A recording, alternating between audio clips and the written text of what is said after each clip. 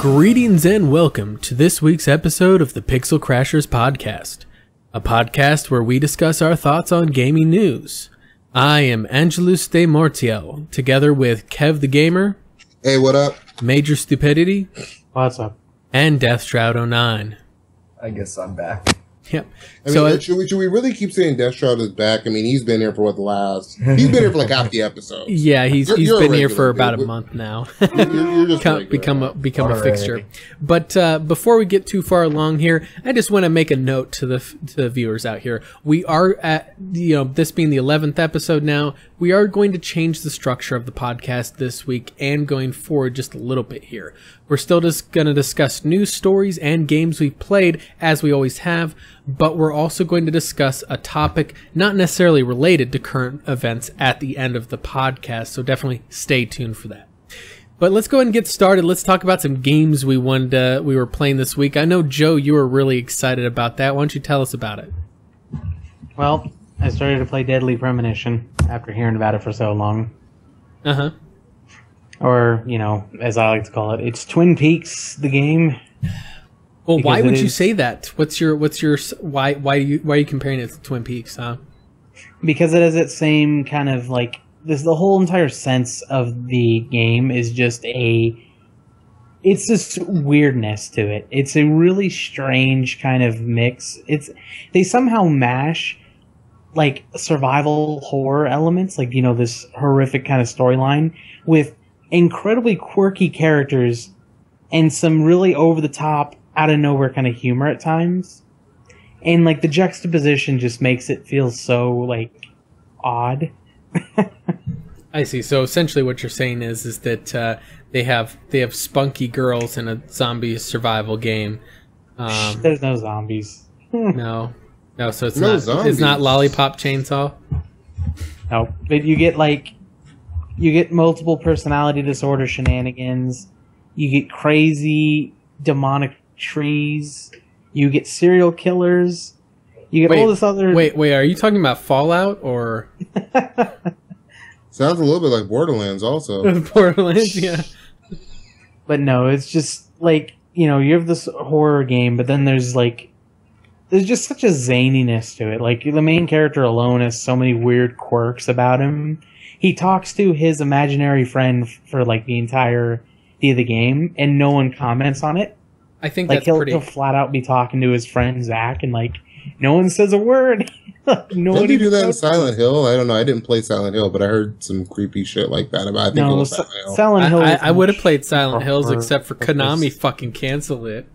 Well, I was talking about even the old ones. I would have played it, but I preferred Resident Evil. No, he had some inner monologue moments, but he wasn't talking to somebody. Okay. Or if he was talking to someone. I never got big onto the series. I was into Resident Evil, so I don't know. Yeah. Silent Hill was much more horror focused, where Deadly Premonition has its moments, but it's overall still more of a kind of odd, more than horrific. It's mostly this kind of really strange. Well, it's horrific, but not intentionally. That's scary. I mean, it has its moments. It's just it switches between the two so much that it's kind of you get this otherworldly kind of sense to this really oddness that it's the same thing. That's why I said Twin Peaks the game, because it has a lot of that kind of feeling. It's pretty that awesome, Twin Peaks had. It's very interesting. I'm enjoying it. Yeah. The PC port's garbage, but I'm making it work. Wait, define PC port's garbage, because everybody has a different definition of it. It was literally unplayable for a long time. They only recently added in controller support because keyboard and mouse controls are absolutely god awful. Many people can't even get the game to run. A lot of them make negative reviews for the PC. So it physically just won't work. For some people. I was able to get it work without too much problem. Well, I mean, you can always buy an Xbox One. I mean, I'm actually starting to like my Xbox One more and more. I liked it, but I was never crazy about it. Let's hold that thought, and we'll get to that in a little bit. Your peasant shaking weight. Kev, first tell me what games you've been playing. Have you joined the War? Oh, you started Dying Light. Ooh. I started Dying Light earlier this week. I'm game sharing now with Jeremy, who used to be on the show but left us like a peasant, and Major. So I played a little bit of the Phantom Pain because I'm family sharing with him on Steam, and he has the game. So, just out of curiosity, then, have you actually stayed outside overnight yet? No, I'm still in like the opening sequence because every time I start playing, the bad part with family share on Steam is that if somebody wants to play their game, they kick you out, and every time I start playing, he jumps on Rocket League. Even if it's not the same game. Like, that's what's the most stupid about it. Do you guys all have NVIDIA cards? I can't remember. I do. I think he has a 750 Ti. I have a 970. So you guys should try. I don't know when they're releasing or if they have released that game sharing tech. Yes, actually, I'm gonna do a video on that soon. I wanted to get a console guy on it, and I talked to a console guy. Check him out, Anchorman V. I was gonna get him on the show a few weeks ago, but he couldn't make it. But we want to try it out because he's interested in PC, just to kind of see what it was about. Like we've had that conversation before, so I'm gonna try it out with him, and I'm gonna record it, put it on the channel. So wait. I don't know if it's gonna ascend. How are you trying this out? I was confused. Does he have a NVIDIA computer or what? You don't need to have an NVIDIA computer. It runs on Chrome.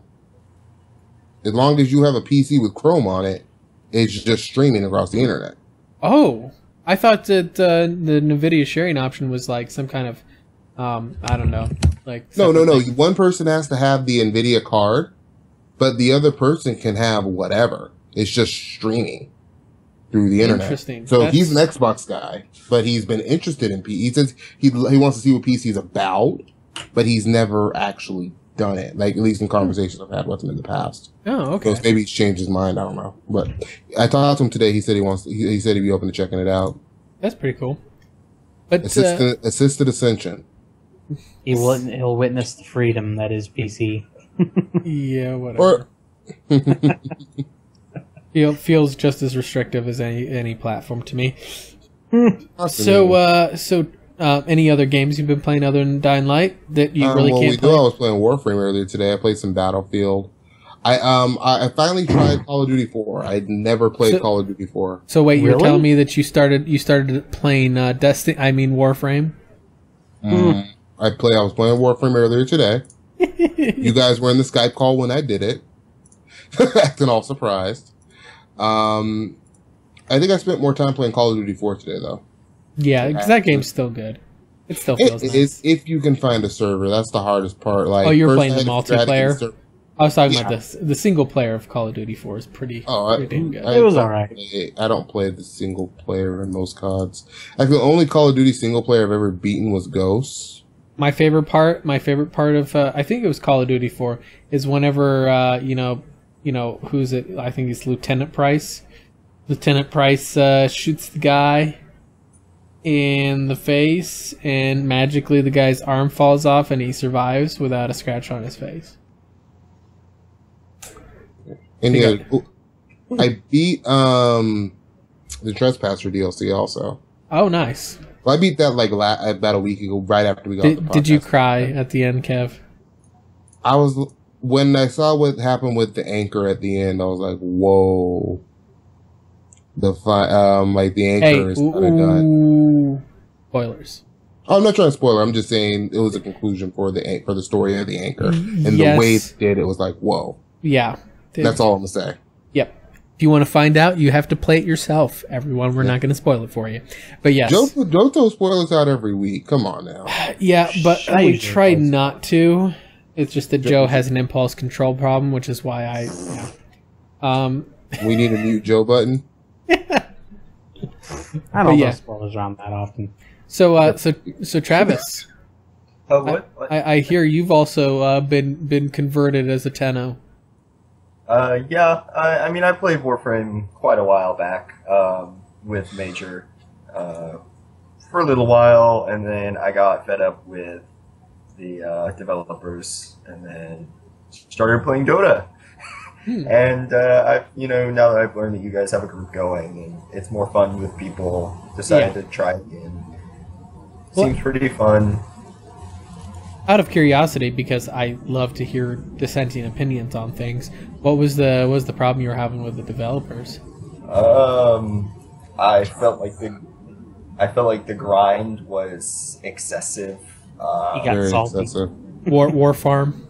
Yeah, I felt that the grind was excessive for what it was, and even though I'm thinking about playing it again, the vaulted weapons and the exclusives skill grind. There really aren't that many now, though. And let's be clear. The reason for the vaulted weapons is not for It's any sort actually of to stop the exclusivity. loot table from being diluted. That's the thing. Like, they're only temporarily. Like, they've said they'll probably come back. Yeah, They they've don't dilute confirmed the they loot will. tables. The thing is, That's all it is. From a game design perspective, that is zero. That is absolutely no excuse. well, here's the Because thing. They've made it clear there is literally only one exclusive that is never going to be accessible again, and that's Excalibur Prime, and that's because that was very exclusive to the founders of the game when it was regardless of started. what they say, I played the game long enough to understand, and I followed the game despite not playing it long enough to understand that regardless of them saying something will eventually come back, whether or not that within 5 years is questionable. Like, I have some problems with the game, but it's gotten to the point, like, my problem when I stopped playing like a year and a half ago was that it was all grind and that the gameplay wasn't good enough to bring me back. Yep. But now it's like, yes, it's still mostly grind, but I enjoyed the gameplay enough now. Like, there's enough variety that I can play it and not... Like, I can actually play it to enjoy it, not just because I'm grinding out stuff. Alright, I think we can discuss Tenno later. Other games that I've been playing have been, what is it, Space Kim, which is a game, a really funny, small game about doing fake chemistry. God. It's basically a puzzle game that allows you to, in certain ways, create loops of combining atoms into, different, things. Now, whenever you complete the puzzle, does it show some chibi anime chick in a bikini afterwards? It does not. It does not. I'm shocked that you played that. I'm just kidying.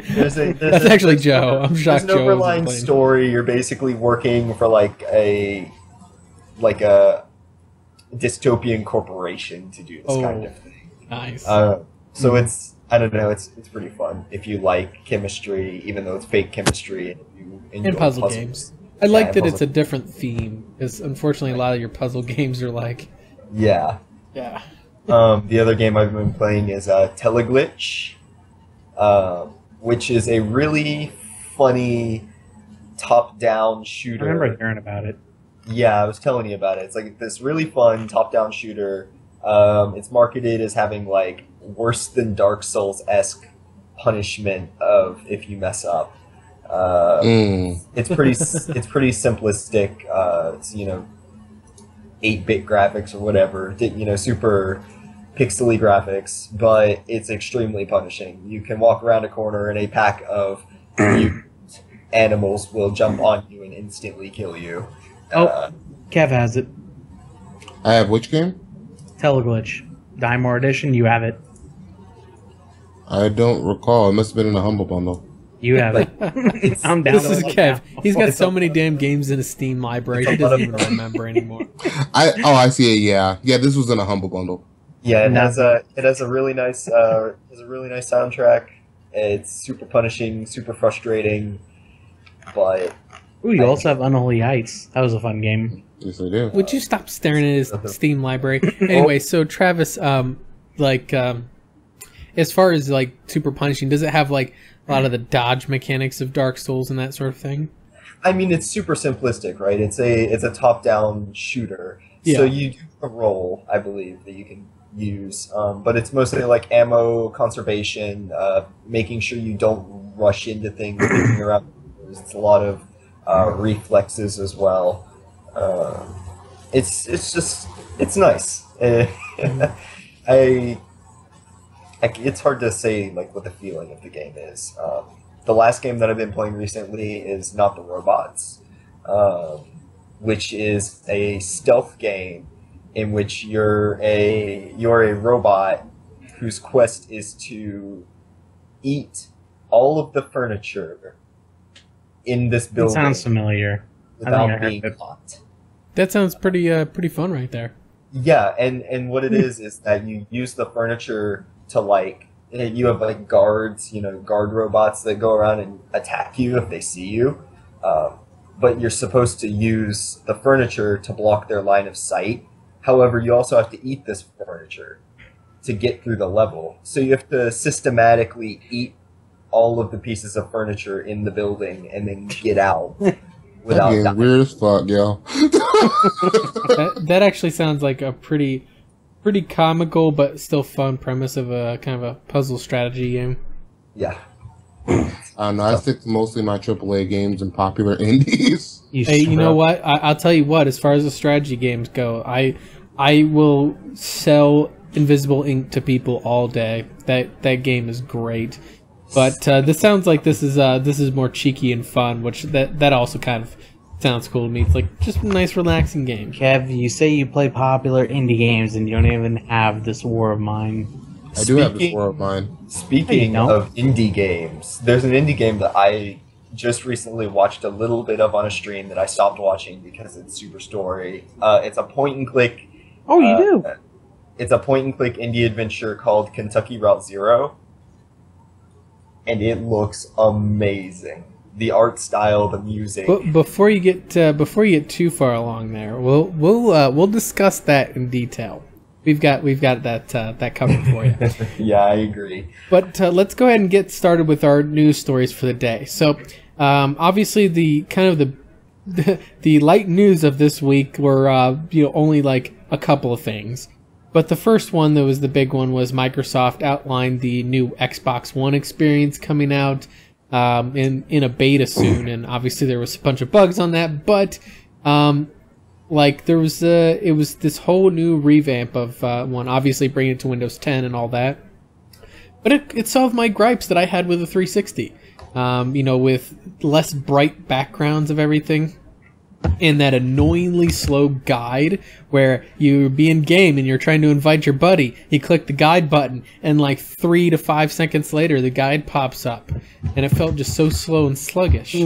I'm just saying now, with the only person here who owns an Xbox One, compared to the 360, the 360 is faster. The 360, as far as the GUI, right now, before this update, because this update is amazing. This update is going to probably make me love my Xbox One. Yep. And that's what I've been seeing, is that guide looks great.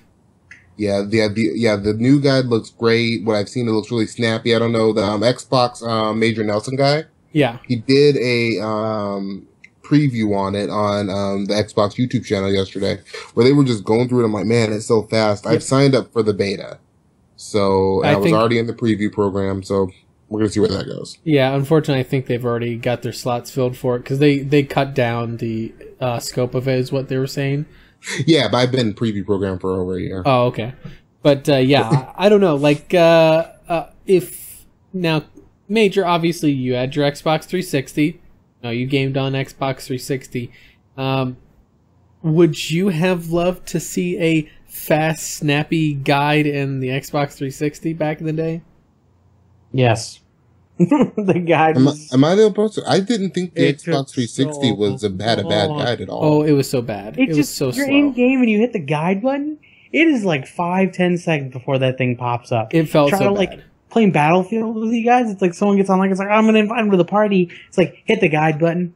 Let's wait 5 seconds for it to pop up. Boom, it pops up. It's like, all right, now I'm going to scroll down to friends list. It takes like 2 to 3 seconds to scroll down each button. The thing that really bugged me... in about 10 seconds right now. The thing that really bugged me was... I'm dead by the time I invite someone to Battlefield. Yeah, that's usually what happened to me, is I'll be dead. Because the thing that bugged me is there were some cases where it was actually just system slowdown causing it, but most of it was the intentional animation speed. Like, they had, like, the zoom-in animation that literally took 3 seconds. Like, it was so bad. It was intentional, and that bugged me like to hell. And I'm glad they're finally changing that. Now, first of all, it's off to the side, so it does not interrupt your game in progress. There's no pausing of the game at all when you bring up the guide. It actually just snaps off to the side like it's a second application.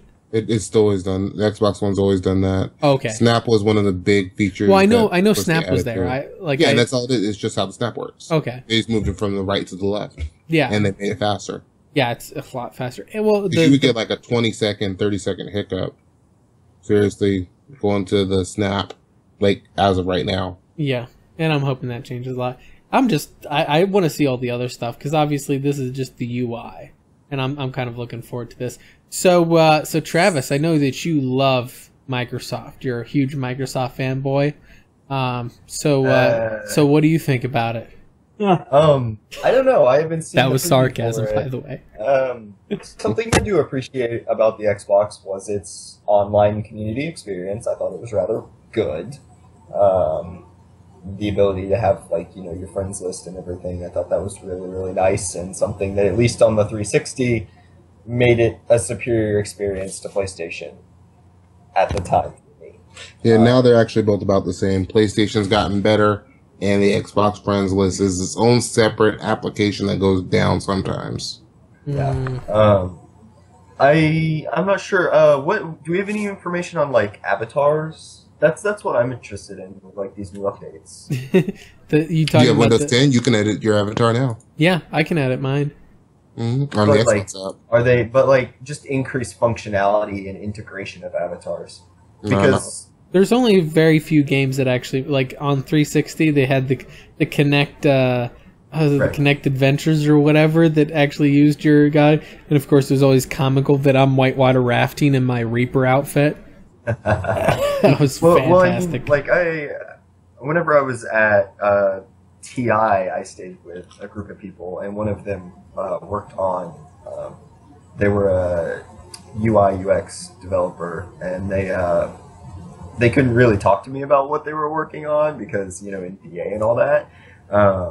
But they worked on the avatars, so that's something I'm interested in, and to see if they have any extra functionality. Yeah, that would be interesting. The problem is that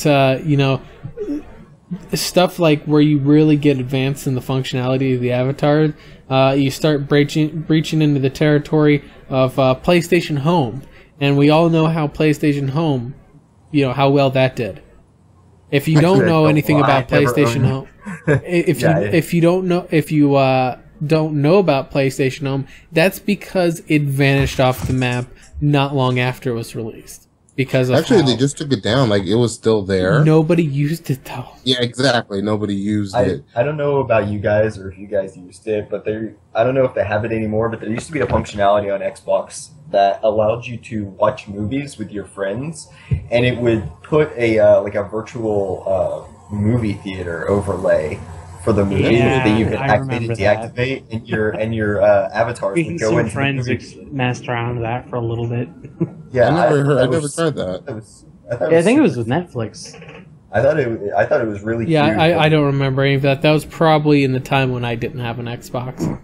Yeah, that was probably the Netflix and Chill time, or the original Netflix and Chill. Let's see, I was high school. Little things like that integrate your avatar into things, I feel, increase the experience. I think that it makes it fun, as long as it's not obtrusive and annoying and slow to use.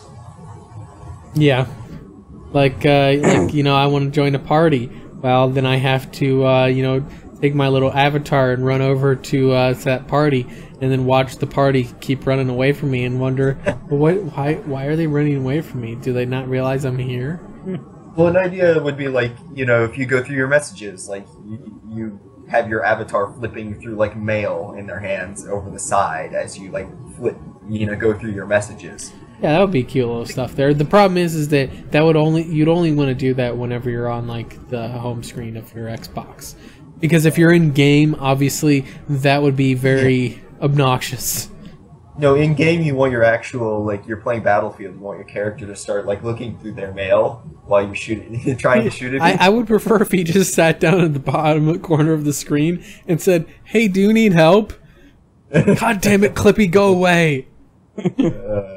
So here's the next question. How many of you are actually going to buy an Xbox One? I think Morty's probably the only one who actually will. I'm not gonna lie. At some point, it's gonna happen because my Xbox officially died on me weeks back. So I think you're just an Xbox guy anyway. Like at heart, like when it comes to consoles. well, the thing I'll be straight up and honest. It depends on the generation because obviously I love the PlayStation 2 better than the original Xbox, and then I like the Xbox 360 better. And just for my own personal use, between the three major consoles, I just prefer the Xbox One for what it offers as far as its functions, its TV integration, that sort of thing, because I have a PC that's almost entirely dedicated to gaming. I don't really need a console that's dedicated to gaming. I need a media center, and that's really what the Xbox One is. I don't have any fault. I'm not going to be a fanboy and try to claim that one's better than the other because we all know that PC's better than both.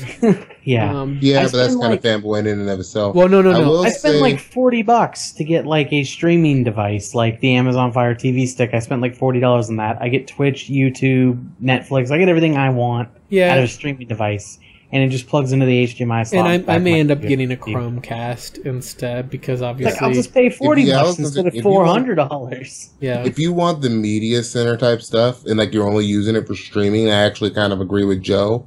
Though I like my Xbox One, but it's like I like Halo. I like Gears of War. Well, obviously, I have a lot of history with Halo, so I'm always a big fan of that. You were insulting it earlier. Huh? No, you were insulting it earlier. He wasn't insulting. He was insulting Destiny. Yeah. No, he insulted Halo. He said that Destiny felt like Halo, but Halo was really bare bones. Let's be honest, guys. It's very much takes a lot of the coding and the structure from Halo. Wait, is this the part of the podcast where we can shit on Destiny now? Because I've been waiting for this. No, we're not there yet. No, we're not there yet. But yeah, in any case, though, yeah, I actually very much enjoy Halo. I kind of fell off the radar of it, but like that first game, that's one of the gaming experiences I will never forget.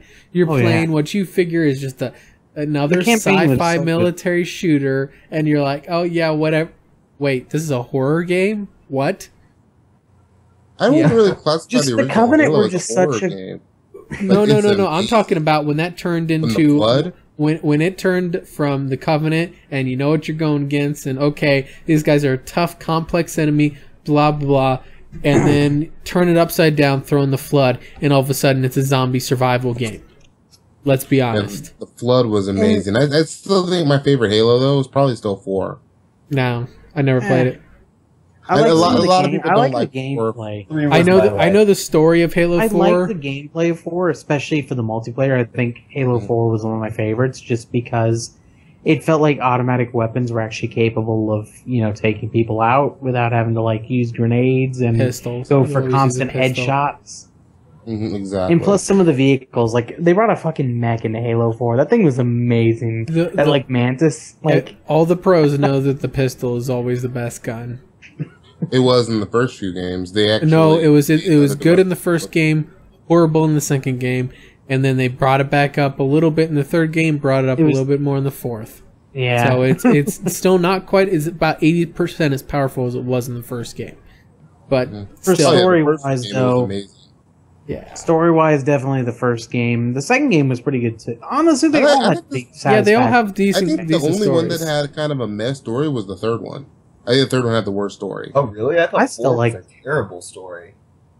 I like the story in the first one. My favorite story was probably the fourth one. 2. My biggest problem with the fourth game, story-wise, is I think they should have spent more time developing their new enemies. I feel like there was too much time spent fighting the Covenant, and I'm at a point where it's like the Covenant were great guys. They were great. Yeah, and then you had the human-faced, but it's enough. Constructs. It's enough. We don't need to see any more Covenant. It's like we're supposed to be at peace with them. Well, guess what? This must have been rogue They're ships. Gonna be back in Halo 5. Yeah, Halo 5. Guess who's back? Yeah, it's like. Hey, guess who else is in Halo 5?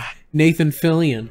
Bam. That's got to be selling point to a lot of people on its own. I was going to get Halo 5 regardless. I'll probably get it in the release window. Yeah. Just because I like Halo. But it was just the fact that where it's Cortana's just like, oh, it must have been rogue Covenant ships. So about console exclusive games, how about that Nintendo stuff? Yeah. What about it? No. He's trying to get us onto the next story because he can tell that I'm trying to fizzle you guys out. I try to talk over you, but I don't sit and go. Yeah. In any case, this is going to lead me to say fuck Konami though. No. This week, Nintendo has shown that they are trying to compete with Konami. Oh, good God. Compete with Konami for the biggest assholes in gaming by taking down tons of fan-modded content and speedruns off of YouTube. And I don't just mean monetized stuff. I mean unmonetized games. They've taken them down so it would not compete with the release of Mario Maker. They didn't say this, but let's be honest. It was like days before Mario Maker dropped. Mm-hmm. The biggest thing is just Nintendo's ignorant. Nintendo is ignorant. They're another company that, as Joe would say, does not know how to business. They don't. Well, I don't think it's that they don't know how to business. I think they're just old-fashioned. No, because listen, this is the truth of it. They claimed that this was some kind of copyright issue because they were using ROMs and emulators. But I guarantee you that at least a good portion of those people have the original damn copy of the game. They probably have 10 of them. Bringing up. Yeah, I heard that exact same comment. I forget where I read it, but like word for word, someone was like, "These guys have like 20 of these copies." Yeah, it's like these are your biggest hardcore fans, and you just went and fucking pissed in their face. Yeah, Nintendo is just dumb. Like Nintendo is really stupid when it comes. And that's not old fashioned. Like YouTube and Twitch, they're old. They don't know what the fuck they're doing. But that's not old fashioned though. Yeah, they're old. They're like that old mentality, that old attitude. Anything that has to do with this property is mine. All of it. Period. That's the Nintendo mindset. Well, I mean, they have that logic of you wanna make them Nintendo videos on YouTube. How about you join our partnership program and give us like 40% of the revenue? No. It's 40% of 40%. They're taking a cut of the cut that you get. Right. Like it's not just 40%. YouTube already takes 40% first. Yeah. So you're getting. Don't be with the actual MCN because then they're taking even more. Yeah, and so then if you're part of an MCN, then YouTube takes a cut, then the MCN takes a cut, and then Nintendo takes a cut. So you're like, Nintendo just doesn't know what the fuck they're doing when it comes to Twitch and YouTube. Yeah, and it's like, why am I paying Nintendo for a game that I purchased, and I am sharing my experiences with their game that I purchased? Honestly, unless the YouTuber has literally only built his channel on the basis the game of videos, Nintendo, IP. Oh yeah, most YouTubers who cover more than just Nintendo have taken this time to just go, "Fuck you, Nintendo." Then no coverage. Most of them do. Angry Joe's been vehemently about the issue in general because he loves his Wii U. He loves the moment. Yeah, I know. It's just it's so dumb because it's like, Nintendo, this is free advertising. You know how many people going hype shit because of this? But the problem is that, again, they're old. They don't see it as advertising. They see it as exploitation. Well, and the thing is, they don't understand it. Here's the truth of it, is that this is not this particular issue that we're talking about now is not new ground for Nintendo. Most of you all might not remember this very clearly, but Nintendo's been in similar situations before. See, last time they tried to, and PlayStation, Sony also was involved in this. Essentially, Nintendo tried to sue people for code modification of games, claiming a violation of the DMCA. They were actually suing. I believe it was the maker of the Game Genie, if you all remember that, for Super Nintendo. It was essentially a stackable cartridge where you essentially put the Game Genie into the console. Yeah, you put the Game Genie into the console, then put the game into the Game Genie, and then when you launch the game, it would pull up a hex editor. And I remember having something like that for the Game Boy Advance, even. Yes. I forget what it was called, but you would plug it into where your cartridge would go, and then you plug your cartridge into it. And it would allow you to just open up cheat menus on different games. Yeah, and the thing is that they actually tried to take the company that made the Game Genie to court because it was modifying their code. And, stating I think it's the first or the second article of the DMCA of, the code, modifying the code, which is actually talking about circumventing DRM is what that article is talking about. Modifying code to circumvent DRM is not allowed. Well, the court laughed at Nintendo and kicked them out and said, no, this is not circumventing any DRM. The owners of this Game Genie system, the owners of Nintendo, the consumers who own these items are allowed to use it because it's fair use. Sony then, later on, Sony tried to attack a maker of a PlayStation emulator, which is essentially a program on a computer, for those of you that don't know, that tries to pretend to be essentially a console of whatever variety. In this case, it was a PlayStation emulator, so it was pretending to be a PlayStation. And the court, again, kicked that one out and said that was also not, that was fair use, because they weren't exactly like emulators is not copyrightable. Like, you cannot copyright the firmware of your console. You can copyright the games, creative content. You can copyright certain UI mechanics, artwork in there, but you cannot copyright the firmware, which is what the emulator uses. So is anyone still in doubt that we need some copyright law updates? Reform? Yeah. Copyright? No doubt there. I wholeheartedly believe if this case made it back to court, either of these cases, in 2015, no, the corporations would have won. Yeah, because they have more money in the courts now. Back then, it was two Japanese companies that were still fairly new on the American market. And, Sony? Well, no, I'm saying like Sony Entertainment. The actual gaming branch, because have never really been all one conglomerate. Sony Entertainment was started up as a separate little thing in the United States back in the day to kind of launch the PlayStation. And that was like in the mid 90s or whatever.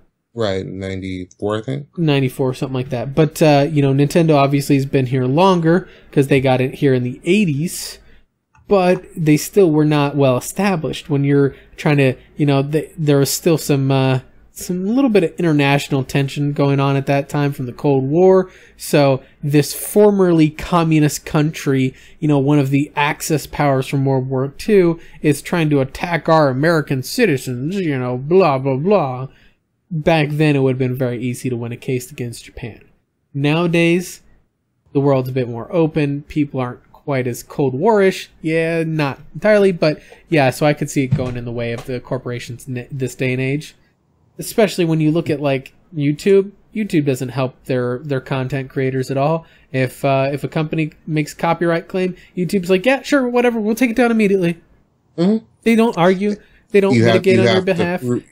The burden of proof is on the victim. I will say, YouTube is starting to get a little bit better on this, but they still have a lot of work to go, obviously. Supposedly, they have been discussing better methodologies with these copyright owners like Sega, like Nintendo. Well, let's not even get started on the existence of copyright trolls. Yeah, I feel like that's a big. Anyways, I feel like talking with the copyright owners is a bad idea. I feel like that's something that's just not going to make anybody happy. You have to go above them. You have to go outside of the people whose interests are doing this in the first place. Well, here, look at it this way.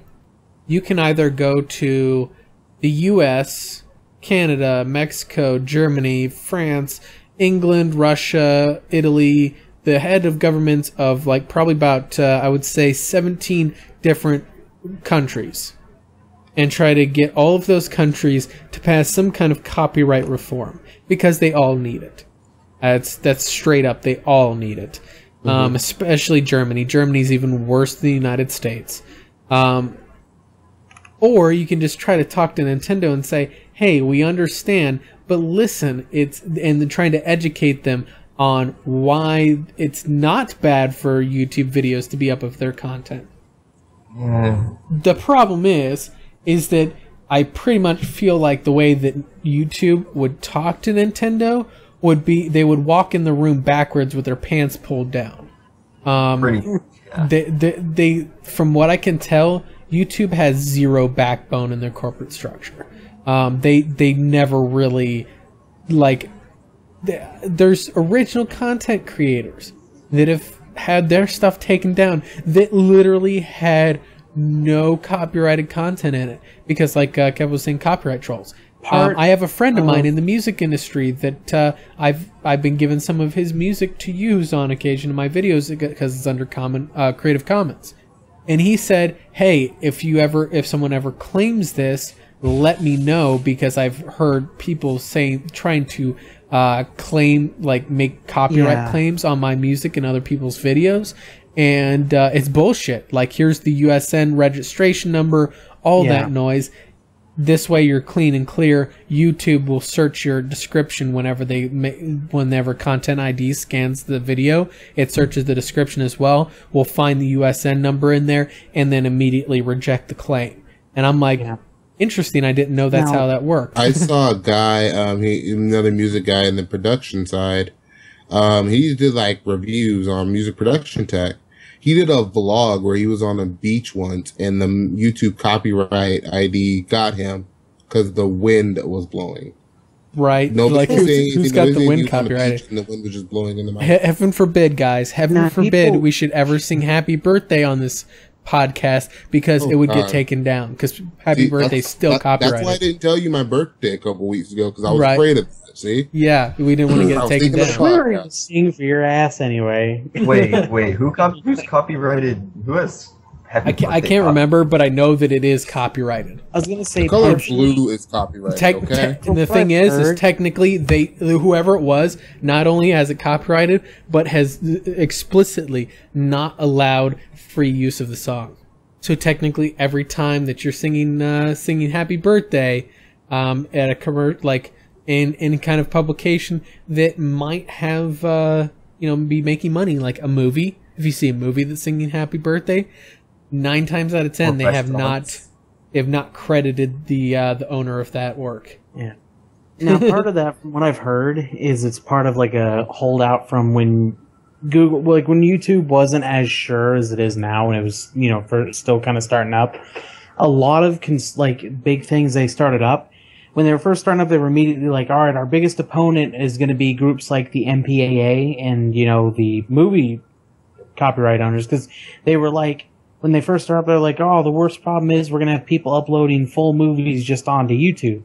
So that's why the system was originally implemented. It was made to be very easy to take down these movies that were posted up. The problem is that they haven't yet, that doesn't happen anymore, really. They have yet to actually go in and revamp it, and they're letting that system that was made solely to really take down stuff like obvious copyright stuff like full movies posted up. They haven't yet made it so that system can't be abused when going against reviews of movies, maybe. Yeah, stuff and I've actually heard of there was been for example, the very well known at this point and established Jim Sterling review where he tore apart an indie game, and it was very clearly a review content. He showed some gameplay of the game itself to show you how bad it was, and that creator got pissy, threw a temper tantrum, and filed a DMCA claim on that video and had it taken down. Yeah, lots of developers do that when they don't like. Yeah, which is censorship, and it's damn illegal in the United States. But at the same time, YouTube, again, like I was saying, with no backbone, just, bends over, pulls down their pants and says, please don't do that. They need some upper level management restructuring. I think they need to get someone that actually has a pair of balls in the head of YouTube that actually has no problem going to copyright owners and saying, listen, this is good for you. Even if it's negative press, any press is good press, so shut the fuck up. If you want to take it to court, please do, because then we might actually get some closure on this. Rather than it being gray area, we'll have legal precedent. Well, they don't. That's the thing. These companies don't want it taken to court exactly, with anybody who has any amount of money. If anybody who has enough money to stand up to them goes to court with them, they will most likely lose. Exactly, and that's the thing, is that they more or less, they do what a lot of patent trolls do. If you guys aren't aware, in the patent system, there's a lot of trolling that goes along too, where essentially a company... because that makes me sick to my stomach. Yeah, it's the same thing, where essentially you get a big company that essentially threatens to sue a creator of something. They're just protecting their IP. Yeah, like they'll threaten to sue them. From who? In the hope, in the expectation that the pirates. person will just shut up and pay because they don't want to go to court. I can't afford a lawyer or whatever. Honestly, this almost feels like it's especially with copyright law, of course, but this feels like a problem just with America's court systems in general. Like, well,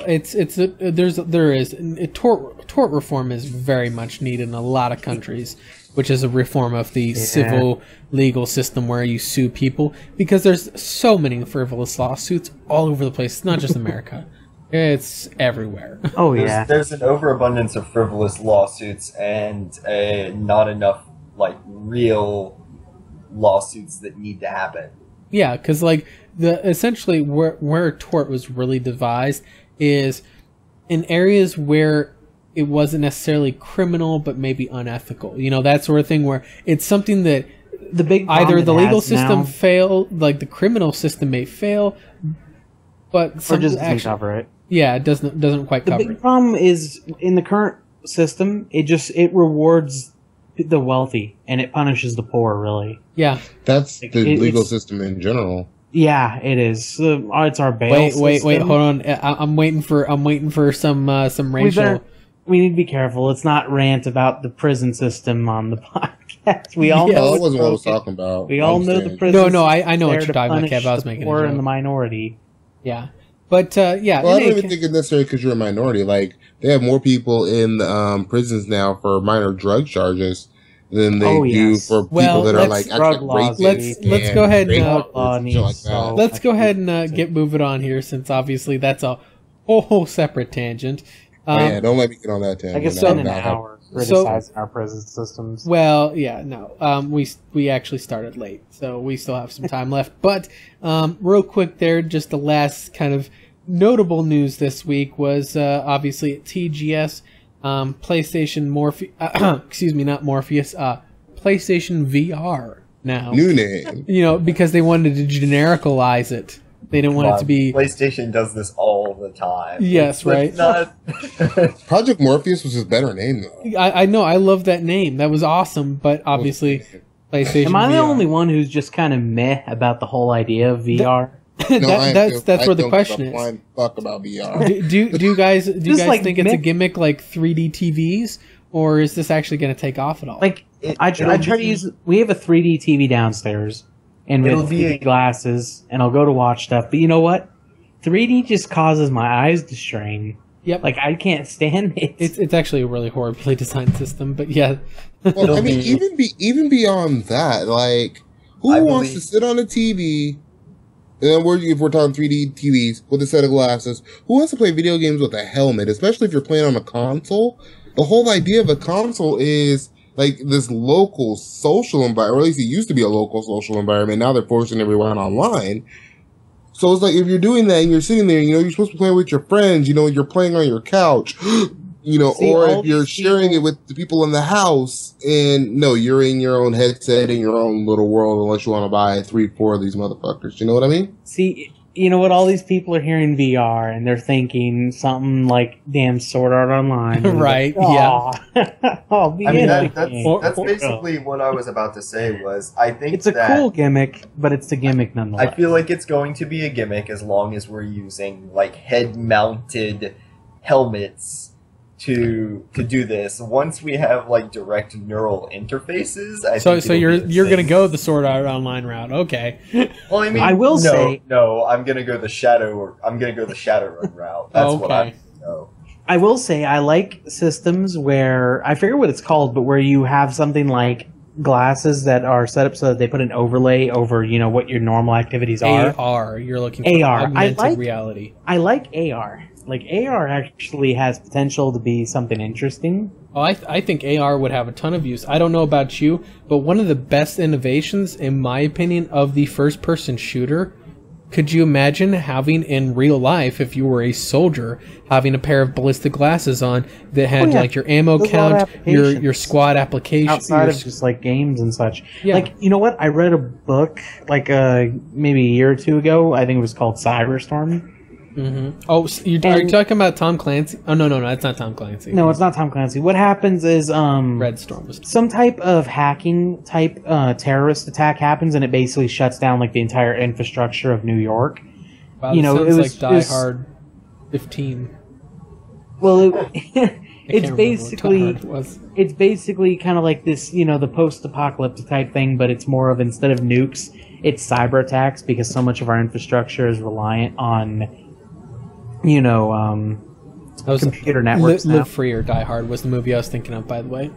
It's similar in some ways, but anyway, what happens is, so New York ends up losing like all its infrastructure, and shit just goes down, and then it's right in the middle of winter, and they have this huge blizzard.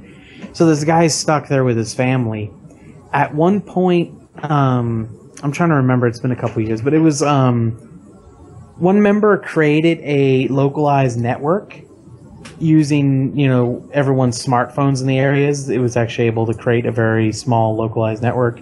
I don't know the specifics of it, but he actually creates a way in which to use AR they would find caches of like food and such, and they would bury them deep underground, and they would actually have it set up so that it was marked on like their own personal network. And so he had like AR set up so he could like find, while he had like the glasses on, he could actually find where like the stuff was buried through AR. Like, it was interesting. Like, that's another thing that's also going to be. Yeah, well, in my opinion of it is that I think VR is nice for an immersive experience, for a cockpit-like experience, like for example a driving game or I've heard people bring space. this up.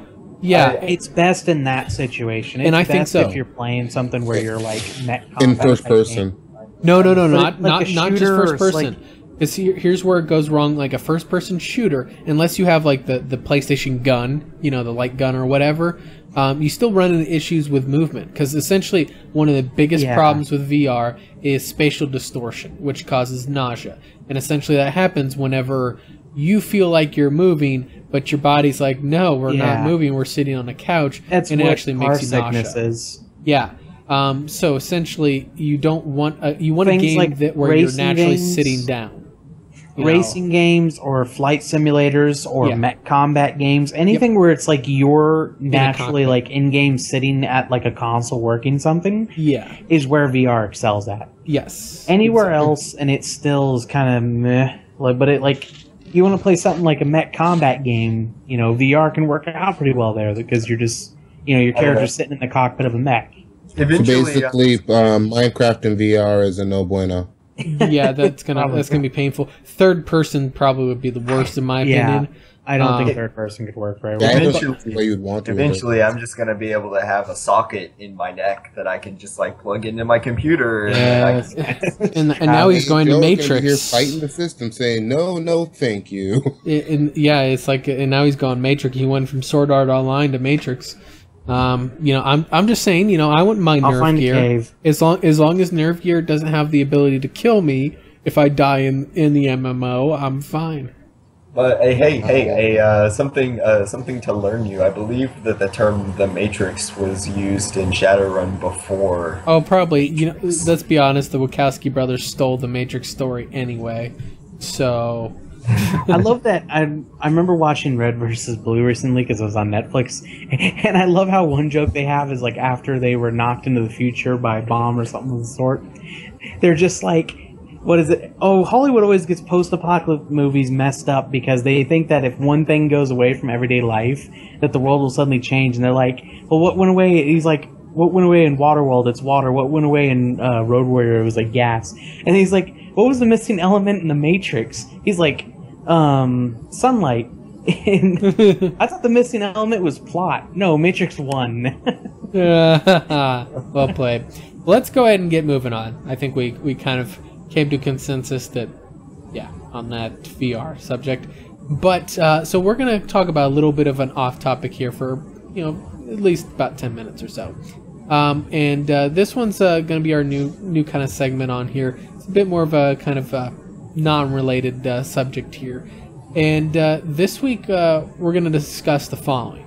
With like games like Fallout 4, Battlefront, and other big titles right on the horizon, What games are you all most excited for, and what games do you think will be the biggest successes or failures? And we'll go ahead and start with Travis, since he already seemed to be going that route at the beginning of the show. Wait, where was I going? Oh, I was going with an indie title, right? Yep. Yeah, I was thinking. You were watching us on stream, and you were like, wow, that seems interesting.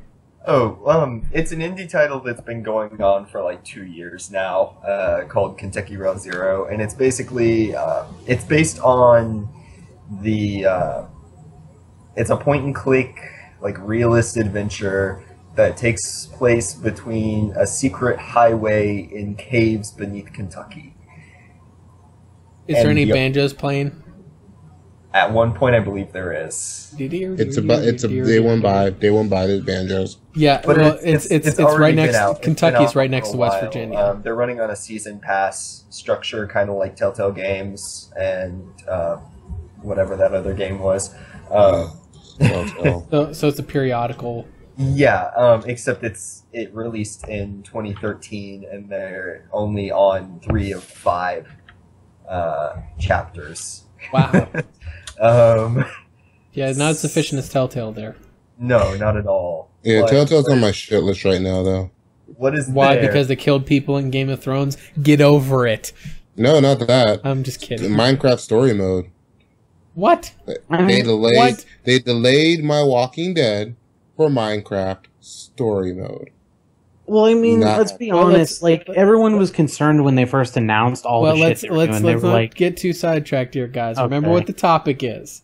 Steer back on course. it's All right, fine to I am- talk about I something. am I know it is, but we don't want to get too far off.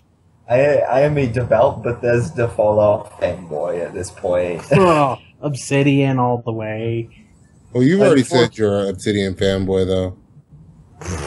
I'll And- criticize them if they didn't do a good job. I mean, my fanboyism will live or die with this game. If this game does not hold the same feeling that walking out of the vault in Fallout 3 held. Well, see, for- I got Travis, it. did you ever play New Vegas?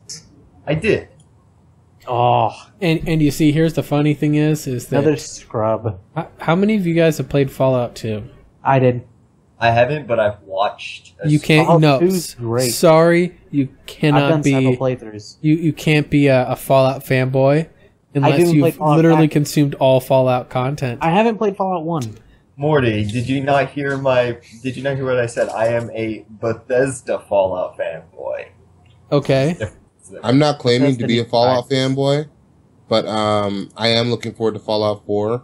Yeah. I'm not Plus, I'm crazy nervous. about this year's I'm games nervous about lineup. paid modding because Bethesda has their eyes Hey, on that. Paid modding, yeah, but I don't know. To me, I'm there's just still upset. this year's end of the year gaming lineup. It isn't super When compelling. is XCOM 2 coming out? They got delayed. Oh, got- damn it! That's one thing I Yeah. was looking forward to. Yeah, it got delayed like a long time, didn't it? Yeah, I think it's like Oh. 2017 or something like that. Yeah. Like, don't get me wrong. Dark- Yeah. Dark Souls 3 comes out next year. yeah, in April. And you It know got a what? release date We in can open it April. up. This doesn't have to be 2015. You know, like Honestly, like, obviously. The only thing I'm really looking forward to is like Fallout 4, and that's tentatively. What about in let's say let's be honest, we all know it's going to be launched on November 7th, excited. 2016. What is? Think about what's getting launched in fall of 2016 that might Mass be Effect? launched on November 7th. Oh, Mass Effect, definitely. Yeah. I am interested in Overwatch. I was gonna say. Beta should be starting pretty Overwatch, soon. yeah, Isn't it? that's something that's cool. Like, Yeah. I'm interested in, like I said, of course, Fallout. Halo 5 looks interesting to me, but I'm not like, oh my god, Halo. But I want to see where it goes. I want to see where the story goes in particular. Yeah, and that got And Nathan Tomb Raider. Fillion in the game. I Ooh. mean, like that's a selling point to me. It's like a selling point of having Kevin Spacey in Advanced Warfare. You know, like those I are never both. finished the campaign in Advanced Film Warfare, reason- so. I very highly respect both of those actors. James Spader by far is one of the best actors in Hollywood. And I need to so watch. They underrated. uploaded the second season of that one show he's in, The Blacklist, onto Netflix recently. I need to watch. The You second know what? season of that. I'm so sorry. Yeah, I like him too. James Spader, because I've been watching Blacklist, which is why I got confused with Kevin Spacey, who is in Advanced Warfare. In any case, Kevin Spacey is also a huge and very talented actor, and I actually greatly respect him. James Spader is also amazing in House of Cards. James Spader is an amazing villain. Every time he plays a villain, even when he's quote unquote not the villain, like it. But anyway, yeah. So here's my thing: is that Halo 5 looks great. Even Uncharted 4 is looking pretty damn good. Mm-hmm. Obviously, that's the one game that I probably won't be able to get my hands on unless I go buy a PS4, which is unlikely to happen. Sony. What game? Uncharted 4. Fallout. Oh, yeah. I was going to say, you know who's starting another Kickstarter fairly soon? The Harebrained Scheme, the guys behind Shadowrun, Returns, Dragonfall, and Hong Kong. They're starting, it's not for a Shadowrun game. They're putting Shadowrun on the back burner for a little bit they were actually working on the IP for the Battletech universe, the Mech Commander series. They're actually going to make a Mech Commander game. They're going to start I remember Mech Commander from, that was a Mech while Commander ago. 2 was the game I played. It was so much fun, man. I'm so excited. They're going to be starting their Kickstarter pretty soon for it. That's pretty cool. Random story that I just thought about, I don't know why, when Joe was thinking about Kickstarters. I don't know if anybody heard about this. Naughty Dog, the producers of Uncharted and The Last of Us, they're looking to try to get their hands on the Half-Life license to make Half-Life 3. So apparently is Digital Extremes. I think that was a joke, though. I think they were just making a joke there. Naughty Dog can get the hell out of here. You know what? I love Naughty Dog. You know what? Naughty Dog is one of my favorite developers. Let me put it this way: when I think of Naughty Dog, do you know what I think of immediately? We can't hear you both. Yeah, sorry. I said when I think of Naughty Dog, there's only one thing I think about. Uncharted? Crash Bandicoot. Crash Bandicoot was a great series. I love Crash Bandicoot. I don't even know what the hell a Bandicoot is. I remember looking it up and remembering it's actually a real animal. But I still don't know. When I think about Naughty Dog, that was their Uncharted, claim to fame. That's like how they got started. Sorry, you forget I'm quite young compared to you. Yeah. I think Crash Bandicoot came at about the time Joe was born. I'm younger than you, right? Yeah, like a year younger. And I know what Crash Bandicoot is. I know what Crash Bandicoot is. I just didn't know it was. You didn't know it was Naughty Dog, which is like. I know what the fuck know this. Gosh. You scrub. Gosh. You didn't even know what Shadowrun was until I told you. Now we're gonna throw down credentials here. So in any case, so Kev. So you mentioned Halo, you mentioned Fallout. So what other games, like anything else into 2016 that you're kind of excited for? Of course, Mass Effect. I think that goes without saying. I think we all are. I think we're all. Uncharted. What was the Quantum Break? Oh yeah, I forgot about that. Quantum that game Break looks good too. Amazing. Other than that, there's not in the Division. I really want to see how that turns out. Yeah, and I'm really concerned that game. I'm very. I'm holding my breath. I'm concerned that I'm not even considering the PC version. Yeah, because it's Ubisoft. Well, not only that, it's Ubisoft. It's seen a ton of delays. Or if I do get it, I'll probably get it on Steam. So I can get you know what Steam game we refund. forgot to bring up? But other than that, there's not a lot that I'm really thinking about. So Major, what? What? Deus Ex, Mankind Divided. Oh yeah, the new Deus Ex game. Oh, I'm so excited. And the new Hitman game. That looks amazing too. Is there a new Hitman game? Yeah, it's coming out on December. And they're trying to go the route of the of Hitman 2. What was it? See, Absolution. Yeah, I like Blood Money. Blood Money. They're going the route of Blood Money. I'm happy about that because as much as Absolution, like a lot of people shit on it, and I was kind of like, it's not bad. It's not a bad game. It just took away some of the soul of the game. Different from the Hitman games. Yeah. But on its own, taken on its own, it was like a decent stealth action game. Yeah. But yeah, if they're going back to Blood Money was fucking amazing. Yeah, I was able to disguise myself as a fucking I was able to disguise, like there was one part where you had to assassinate, what was it, a informant for a cartel who was like having a birthday party or something like that at his like big, fairly large suburban house, and he had a bunch of like undercover like FBI protecting him, like witness protection type stuff watching him, and you could like go in there and sabotage his grill so that it would explode when he went to use it. You could go into his neighbor's yard and pick up like a trank gun and like go into his neighbor's yard, had like a treehouse overlooking his yard, take him out from there. You could like sneak into the house and find where there was like a security guard who goes into like the guy's daughter's bedroom and like sniffs her panties. You can like put like a poison on the panties or some type of like thing where it knocks him out and then steal his uniform as a disguise. It was like just ridiculous. Yeah, there was a lot more variety. Like Absolution definitely held your hand a lot more. It wasn't bad. Like I didn't mind it. I got bored. It did get really bored. It did get boring. For Absolution is people brought it up. It was like, this is a puzzle game where the puzzle is murder. Yeah. Like, and I don't like puzzle games. A puzzle game. Well, Absolution felt like a puzzle game. Which, to be completely fair, that idea is amazing. Yeah, it is. It's genius. Outside of the Hitman aspect of it, just think about that. And let's put it this way, guys. You know, little known fact, of course, if you get a perfect score at Hitman, the NSA is going to be contacting you for a job offer. They need people that are good at playing video games. Yes, playing video games. Playing video games about assassinations. Gotcha. Yeah. Does this also apply to Splinter Cell? Yeah, right. I play my assassinations with peanut butter. I play my assassinations with hidden blades.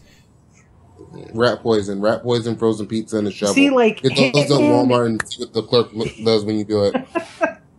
I feel like with the Hitman series, it's like, why doesn't Assassin's Creed be more like this? Right.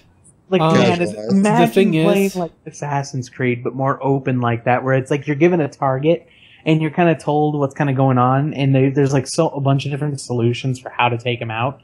The first Assassin's Creed actually did, like, they didn't do it to the level of Hitman, but they actually did try to be that. Where it would, like, here's the target, he's in this market, kind of choose how you want to approach him and take him out. That's what I don't think there's anything wrong with the way Assassin's Creed does it. I think the problem is that if you're a hardcore stealth fan, what I'm saying is if you're a hardcore stealth fan, then Assassin's Creed just isn't for you. Yeah. It is for the casual guy. Like, I consider myself casual in a lot of It's like genres. casual. I don't. Man. Yeah, it is. But what I'm getting at is there are people like me that don't just play like one genre. I play like a bit of everything. So I don't need hardcore stealth mechanics. I want something that's really simple. I can get in. I can play for 12 to 15 hours, whatever. That's my fix. That's what I play every year. I'm good. Do you want to know how I go back to whatever game I mean? You know what we forgot? Dishonored 2. Yeah, well, that's where I was going. I was actually getting ready to go there because I was going to say, you know how I play stealth games? Like, I played Dishonored, and I'll probably play Dishonored 2, where I carefully and meticulously pick off all of the guards in the map and then throw them into one centralized location. For example, in Dishonored, when you're in the brothel, and I piled up like 20 bodies off of that one fucking balcony. And apparently I wasn't the only one that thought that way, because I watched Team 4 Stars, Renegade for Life plays Dishonored, where they have the guy who voices Vegeta, like voicing Vegeta while he's playing Dishonored. And he did the exact same thing, and I was like, great minds think alike. You want to know how I play stealth games? Like Wolfenstein. with a light machine gun. That's stealthy, right? Now, I will say with Dishonored, I love the stealth aspect of it, but at the same time, I was a little disappointed because the original Dishonored, it gave you a lot more unique tools to use if you wanted to go lethal. To get the best ending, you were required to go non-lethal, but when you went non-lethal, there were so many less unique and interesting powers and tools to use. Yes, but there was more interesting story mechanics. Like, you didn't necessarily have to use the tools. I just want a little bit more variety for the non-lethal route, and I want it to be so that I don't like when the main story's tied like that, because it's like you're just going to go all right, gotta go non-lethal now, and then just... Well, that's what I did. I think the saying for this is, if there's nobody alive after the machine goes off to hear it, does it make a sound? Exactly. Well, that's like saying, if there's a man in the forest and no woman there to complain, is he still wrong? Yeah. If his name is Kev, yes. See, my wife generally accepts that I'm just right. She because she knows I'm not going to back down.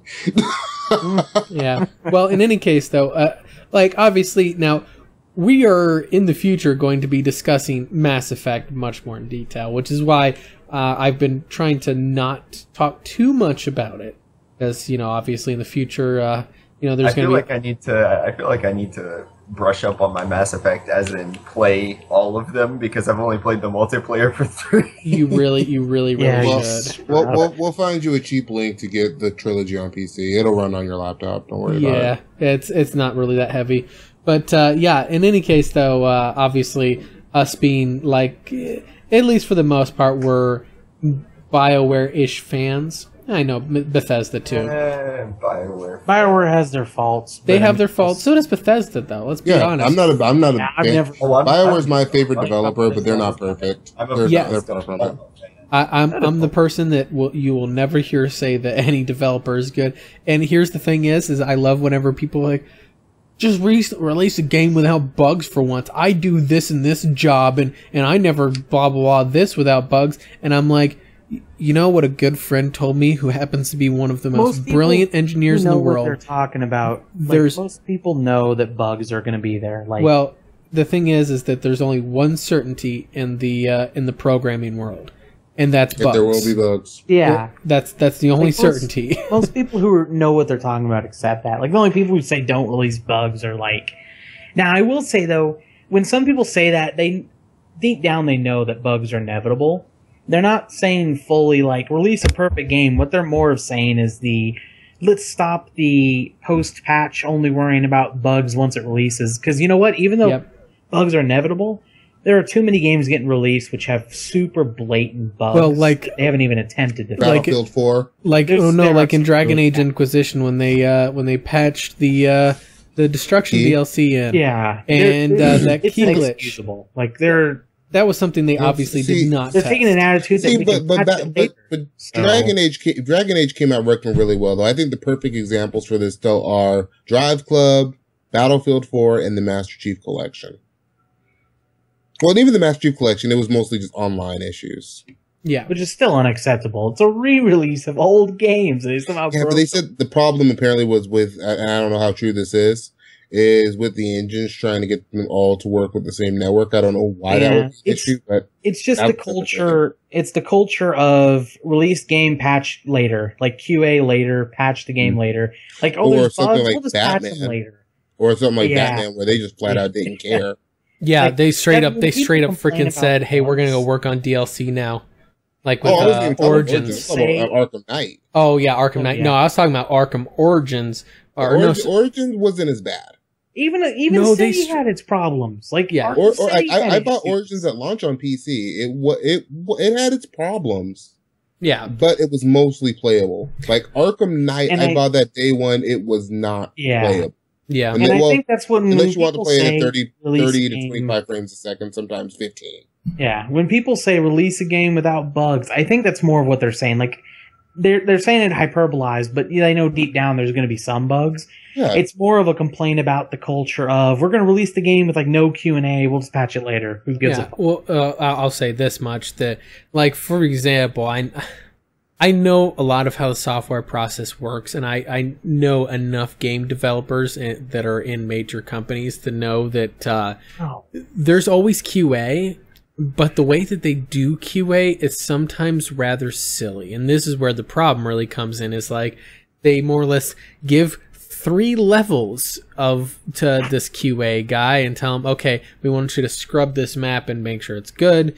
Give 3 levels to another guy. And then, and when I say levels, I mean that as in some sort of segregation of the game content. And then they never put it freaking together and look at it all as one big picture. It's just half-assed. It's rushed through to simply get the game out as quickly as possible. And then they'll just be like, well, we'll just let the players Q&A for us, and then we'll patch it later. All good, right? Yeah, the paid beta testers. That's their attitude. And I think that comes. You guys will pay to be our beta testers. Well, see, not even. And that's why I never buy into early access. Actual betas now too, because you're paying for beta access for 5-day betas, and then you buy the game day one, and there's still a lot of time issues. I think what people mean is they wanted to launch like Destiny. Say what you want to about the content in Destiny. Destiny launched damn near flawlessly. Yeah, it had very minor issues when we're talking about functionality. And let's be honest, the reason why it launched damn near flawless is because there wasn't a whole lot there to fuck up. There wasn't all that much. Actually, there's a ton of guns in the game. Once you get beyond like the actual story content. I'm talking. See, the guns. I very rarely run into a game where the guns don't work. Like comparatively to other loot tables, Destiny's kind of lacking. Yeah, I'm not saying that it's like the biggest plethora of guns, but I'm saying like if you're just a PvP player, like you just want to play competitive, there's a lot of content there for competitive.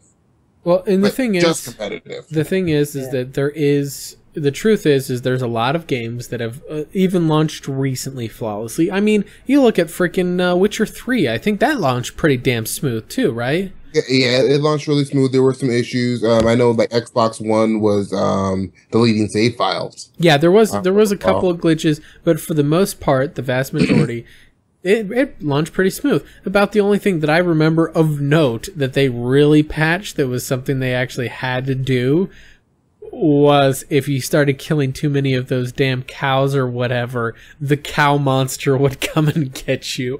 So I didn't hear about that. Yeah, okay, I gotta look this up now. I can't remember what it's called exactly, but there was a problem that kind of, even though it's a single player game, you still want it to be balanced. You still want it to feel, relatively like progression-y. You want to feel like there's a progression to the. Well, people found out that there's these cows that are very easy to kill. You can kill a crap ton of them in these areas, harvest their hide or whatever, and then sell it for a good price. Well, CD Projekt Red's answer, and this is why I love them so much, is they didn't take out the cows, they didn't reduce the value of their hides. Instead, they made it where if you killed a certain amount within a certain concentration area, this ridiculously OP like cow monster demon thing would come after you and wreck your face. Now, if you were super high level, you could take him down, and maybe if you were really damn good tactical player, you might be able to take him down. It's really tough, but maybe you could. The whole thing, though, was that if you're a high level, chances are you don't need to be farming these cows. It was designed it was a farming mechanism for low level characters in that game to get money quick. And this was their answer to, hey, no, be patient, you'll have your money.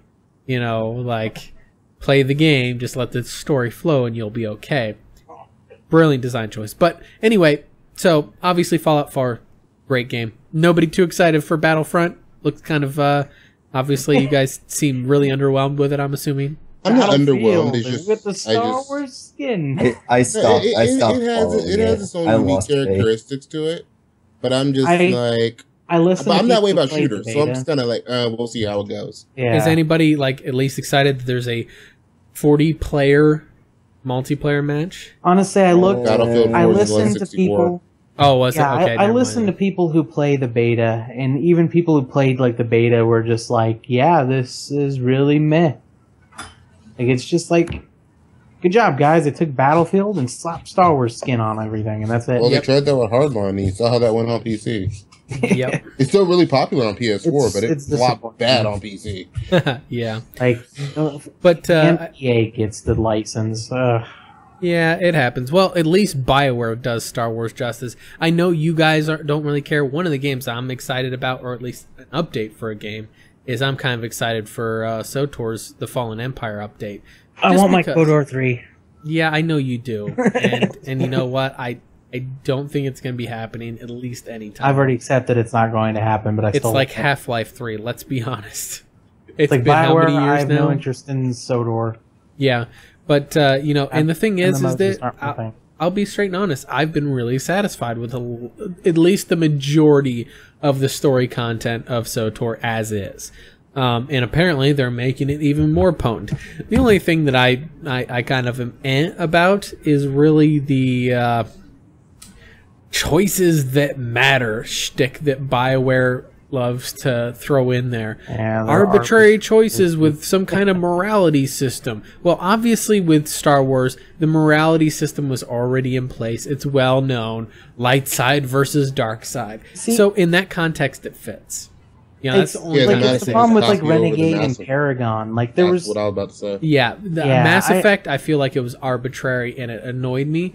It was, but the worst you part. Role played Shepard how you thought he would do. It's like you would pick one or the other from the start, and you would do which you would continue to be fully Renegade or fully Paragon because you were punished by not having persuasion options if you deviated from your morality. Well, and the thing is so that even worse than the arbitrary system in Mass Effect was actually the one in KOTOR 1, where it was like, I'm evil super dark side Sith guy, but ultimately, no matter what your choices were throughout the game, everything still came down to one choice at the end. I didn't you could be the evil son of a bitch and choose the light side route. Where you could be totally evil and then just go, nope, I'm still going to be light side now. Yeah, and you know what? At least with KOTOR, there was some like option to go middle ground. Like I wish there was more. Well, to there it. was Jolie Bindo was your big guy of trying to tell you the whole time of no, you shouldn't be light side. Well, no, you shouldn't be dark side. Teacher in like KOTOR 2 as well, Kreia. But like I liked the system where it's like the force powers. It's like the further you went into the light side, the cheaper light side spells were, but more expensive dark side spells were, and vice versa. Yep. So if you could go neutral, middle ground, and make it so that both were reasonably priced, you didn't have huge discounts, but you could kind of use both. Yeah. Like if they just added some other items to make, builds viable that used like the middle ground, neutral, like gray Jedi, I would have liked that. Yeah. Because I want the option to be able to go middle ground and not feel like I'm gimping my character's progression. And the thing is that in SOTOR, like obviously they don't have like the build all power sets, where you can have Force Lightning and like Jedi Knight skills and all that. But at the same time, I actually very much enjoy their story content that's in the game already. A lot of it is actually really good, and it's something that you don't see in a lot of MMOs. Usually MMOs are like, what's a story? And BioWare put a real focus, and now they're even putting more focus on the story. Yeah. And some PvP players are kind of a bit upset that they're not going to be like they're worried that PvP support's going to fall off or whatever. I won't go into that, but the point is I'm kind of excited for SOTOR's update, which is coming out here in like a month, literally coming out next month on the 20th. So that'll be my first one, and then obviously Fallout 4 comes out next month too, right? In November the 10th. Oh, November the 10th. Why was I thinking it was October? See, I don't know. The only games coming out in October, at least for me, we're talking about are Uncharted. Oh yeah, that's what it was. Halo. Yeah, never mind. It was Uncharted I was thinking of that came out in October. But yeah, no, there's definitely some really quality, or at least heavy names that are swinging in this fall. There always are. But yeah, because it's holiday season, right? Yeah, but this year, I still think this year, like, last year was, in my opinion, was a more compelling fourth quarter than this year is. Even 2013 was a little more compelling. Well, technically, by the way, yeah, it's and that I think you have a point there. I still think there's like Fallout 4 is going to probably clean house. Oh, Fallout 4 is going to be huge. I think the Xbox exclusivity is going to hurt it a little bit, and Fallout. But I think Tomb Raider is going to be a great game, especially. Rise of the Tomb Raider. Yeah, because there's a lot of people that just don't care about Fallout. Well, no, here's the thing: is essentially Xbox version of Uncharted. It's a direct competitor. It's not going to sell as well as Uncharted. Uncharted sells big money, but it doesn't sell Fallout money. Well, no, it's Tomb Raider's only timed exclusive too. Yeah, it is. Like I'm thinking it's going to be out on PC by March. Like most people are just going to wait for it to come out. Like they're not going to go and like. All right, Microsoft, I'm going to buy the console timed to play this exclusives one are game the like a stupidest practice in gaming nowadays. They really are. It benefits nobody. They're horrible. Well, it could benefit I hate exclusivity the console war.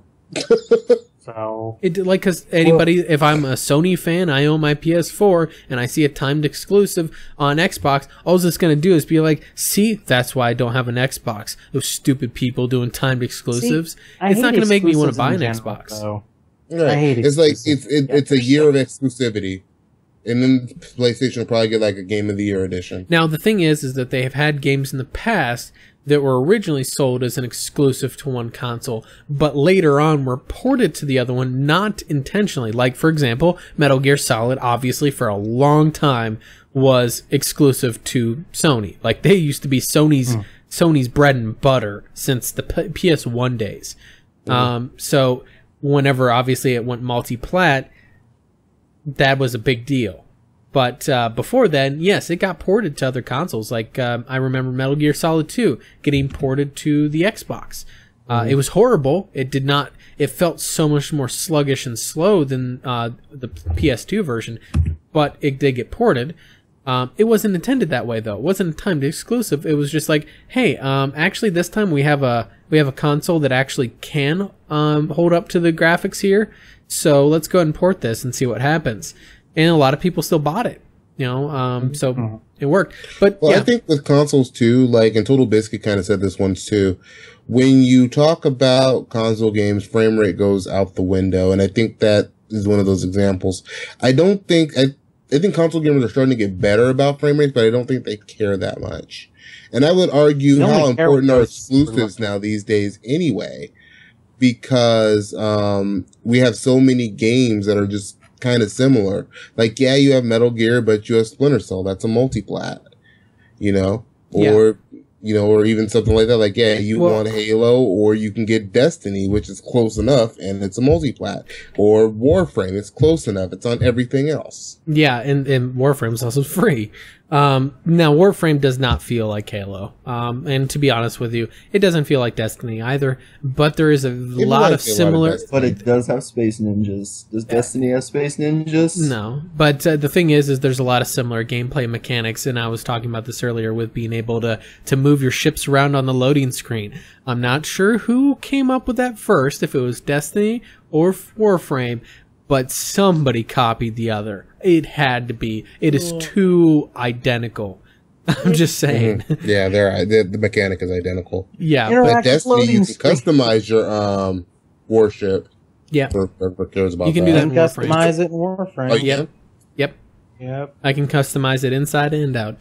But let's go ahead and wrap up shop here, since obviously we've kind of discussed on it, and we're just talking about other stuff now. So let's go ahead and close up shop. Give any final thoughts that you guys might have, and then we'll sign out for the day here. So Kev, go ahead and give us your final thoughts. Of course, you guys can check me out on YouTube, Kev the Gamer, if you're watching from Morty's channel, and of course, if you're watching from my channel, you already know what's going on. Waiting for new games, excited for new games. Yeah, so let's hope we see some good stuff this holiday. I'm ready for 2K. All right, go ahead, Joe. I'm just saying, well, go play Deadly Premonition. Good luck getting the port to work, but if you actually can't... Like, I remember the Steam review, like, the number one was like, it's like finding an old car, like an old, what was it, Cadillac or something like that in your grandfather's garage. It's like, it's gonna be a bitch to get it working, but when it's actually working, oh man... pretty crazy. Like, it's an experience, I'll leave it that way. So fair enough. Travis, go ahead and give us your final thoughts. Let's go find what's in your coffee, Major. My final my final thoughts. I'm actually like, impersonating Crendor. I'm out of thoughts. I just don't even. I can't even have thoughts right now. Hey, that's right now. We're just waiting for him to ascend. Yeah. Well, I mean, I'm already on the laptop. It's just not very good. Yeah. Go play Shadowframe. Does it count as Ascension Does it count as Ascension if I play on a toaster? Yeah, Shadowrun. I've just been delving into tabletop Shadowrun and trying to get people to play it with me. I've been willing. I should actually. There's a guy I know that actually that does tabletop games. I don't know if he does Shadowrun specifically, but I'll hit him up and see if I can get you guys hooked up, because I know he's DM'd for some campaigns he's talked to me about before. So we'll see if I can shoot him your way, since that'll be awesome. But I'll go and give my closing statements there. As you guys, if you're watching on my channel, you already know who I am. Obviously, I'm that guy that makes the content that... wait, does anybody actually watch my content? Nope. No, okay, never mind. But if you're watching on Kev's channel, obviously, I'm Angelus de Mortiel. That's Mortiel. And I'm that guy who makes build guides and stuff about Warframe, Dragon Age Inquisition, and soon to be Mass Effect Andromeda once it's released. Yeah, I'm going to be doing some big stuff for Warframe here soon, so definitely check that out.